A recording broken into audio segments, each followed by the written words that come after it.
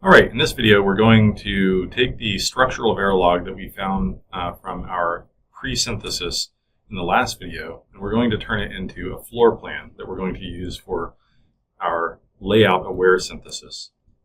So to do that, we're going to open up the Innovus Implementation System, and we can do that in the same working directory that we've been working in. All right, that can take a few moments to open. You can see that it's open now, and we're going to import our design. So I'm going to go to File, Import Design, and we can import our verilog. So this is going to be the structural file that we found earlier. You can open up the menu and find that structural file, and then we're going to add some reference libraries. So again, you can open up a menu and you can add the libraries. They can come in the form of OA libraries that you already have in your environment, or we can load some left files. Again, you're going to have to navigate to wherever your left files are. We can provide power nets and ground nets, and then we can add an analysis configuration. So for instance, we can create one where we go in.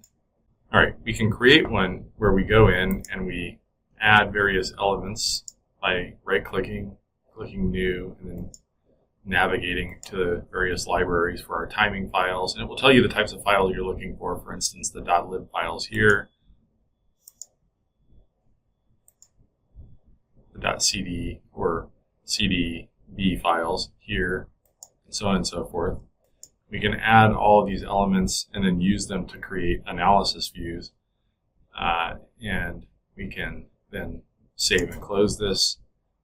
Of course, we can also just load a configuration that we might have saved in a prior example. All right, and when we're done with this, we can save this configuration. Now, I am going to load a prior configuration. You'll see that it brought in the verilog file, the left files, it set our supply and ground net, and it brings in the MMMC view that we want to load. This is relatively unimportant for the time being because we're really just doing floor planning here. All right, this is going to take a few moments to load. All right, so now we've imported our design. So we're going to go to the floor plan menu, specify floor plan, and we're going to do this with core utilization. So we'd like to have a relatively square geometry. And we're going to start off with a core utilization of about 60%. So I'm going to set that at 0.6. And I'm going to leave some boundaries for the supply lines to go through from the core to the margin. And in my case, I'm going to leave 5 microns. I'll click OK, and you'll see that it will have added a dotted line around the boundary. Now we're going to go to Power Planning, and we're going to add a supply ring. The ring is going to be on layers, on nets VDD and VSS.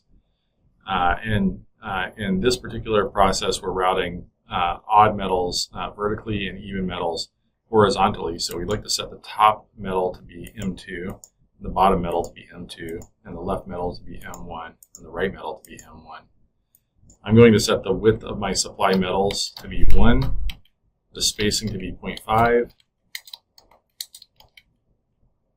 and an offset of 1.25 in the channel.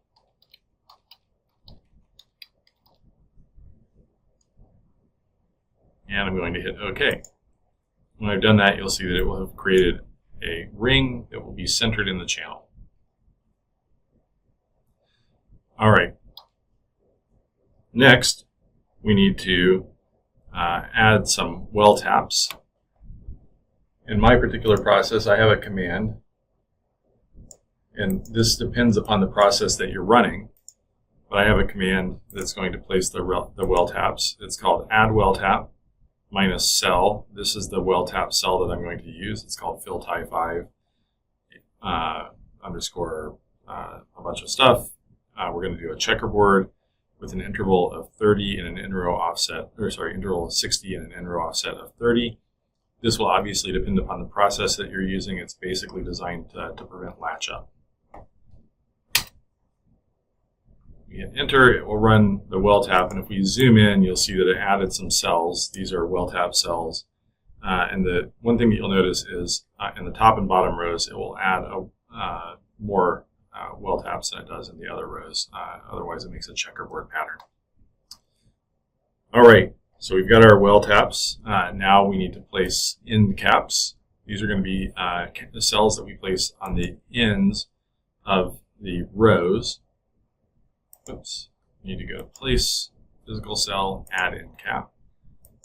We can go and select the end cap cell that we're going to use. I'm going to use end cap tie 3, and I'll use that same cell in both the pre-cap at the left side and the post-cap at the right side.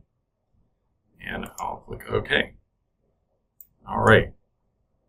So we're done. We now have our end caps. We have everything that we need in order to complete the cell placement, at least in the pre-layout or pre-synthesis flow. All right, so next we need to do some power planning. We're going to add a stripe, and the stripe is going to be on nets, VDD, and VSS, and we're going to put it on layer M3. Now these are going to be vertical stripes that go through and tie the supplies together. The reason that we're adding these is just to make sure that we have plenty of metal to supply our standard cells. This should be according to the power planning that you will know from your design. Again, I'm going to give this a width of 1 and a spacing of 0.5. In my case, I want 3 of these stripes evenly placed, and in order to do that, I need to do a set-to-set distance of 68.705, and I'm going to start from 67.455. And I'll hit OK, and you'll see it will have created those 3 metal 3 power stripes.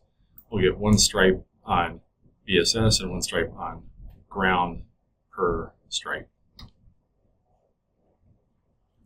All right, now the last thing that we need to do is do the pin editing. So I'm going to go to Edit, Pin Editor.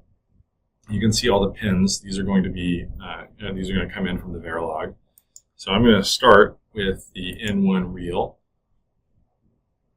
and I'm going to assign location. I'm going to assign these to the top.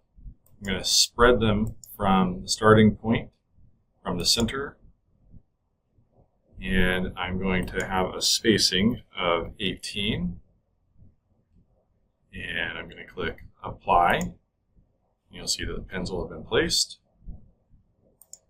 N1M, I'm going to put on the left side. I'm going to spread from the center and same spacing. Now you might notice that the spacing updated to 18.06. This is because the pins need to be on the appropriate grid for the metal tracks that are going to be going through, and it will automatically update if you allow it to do so. I'm going to click Apply. You'll see that the left pins were applied. Oh, I just realized something. I put the pins on layers that I did not want them to be on, so I'm going to fix that real quick. I'm going to go back to N1 reel. I want these to be on layer M5. Odd metals are routing vertically, so I want the pins that are on the top to be on an odd metal. I'm going to hit Apply, and it should fix that. I'm going to put N1 pins on M4 and Apply. All right, so I fixed the pin location for N1 now. So now the top pins are on M5, the left pins are on M4. I'm going to put the output pins. I'm going to grab both of those. I'm going to put these on the bottom. I'm going to put them on M5, spreading from the center with a spacing of 18, and I'm going to hit Apply.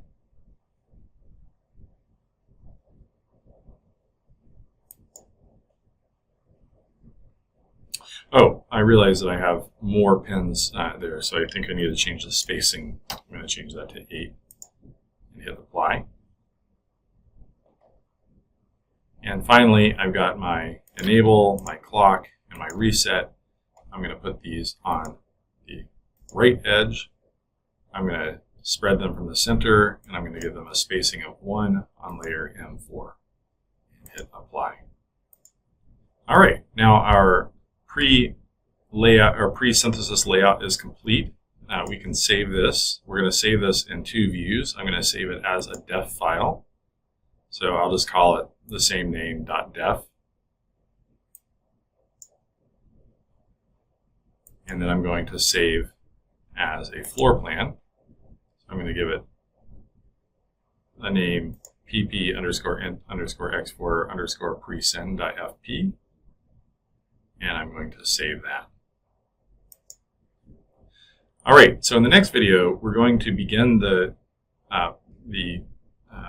synthesis. All right, so in the next video, we're going to begin the synthesis, including this particular layout.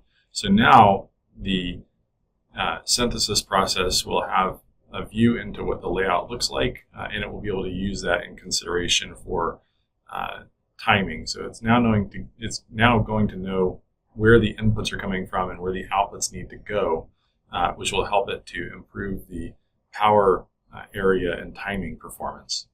And we'll look at that next time.